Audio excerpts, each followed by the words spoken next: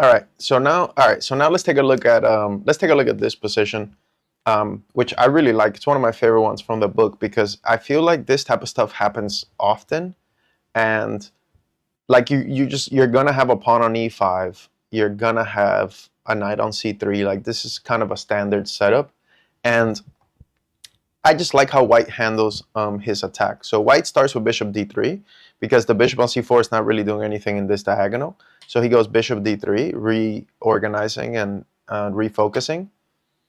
D6 makes sense, and now queen h5. So queen h5 is good because it threatens checkmate in one. Queen h7. So black is forced to make a weakness. If black played h6, which could have been played as well, that loses by force. We first take the knight, and then we just sacrifice on h6, and after queen f5 it's just mate, because even if he tries to run away, this is mate.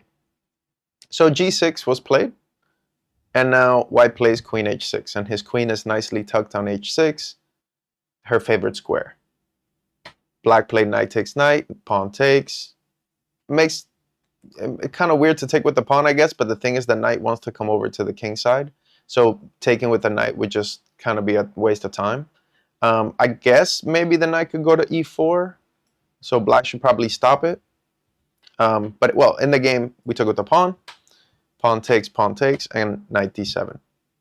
So black's attacking this pawn. Obviously we don't want to have to defend the pawn, but we basically just don't have enough power to checkmate the king. We only have a queen on h6.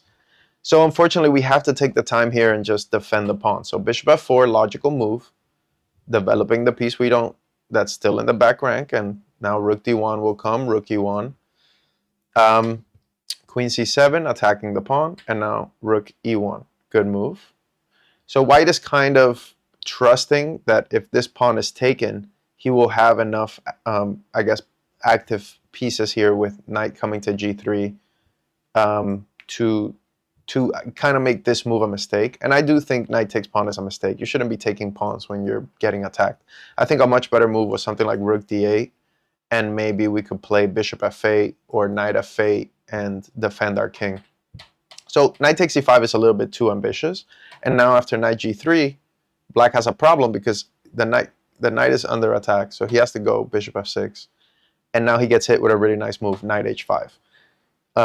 Which basically just wins the game. The knight can't be captured because checkmate.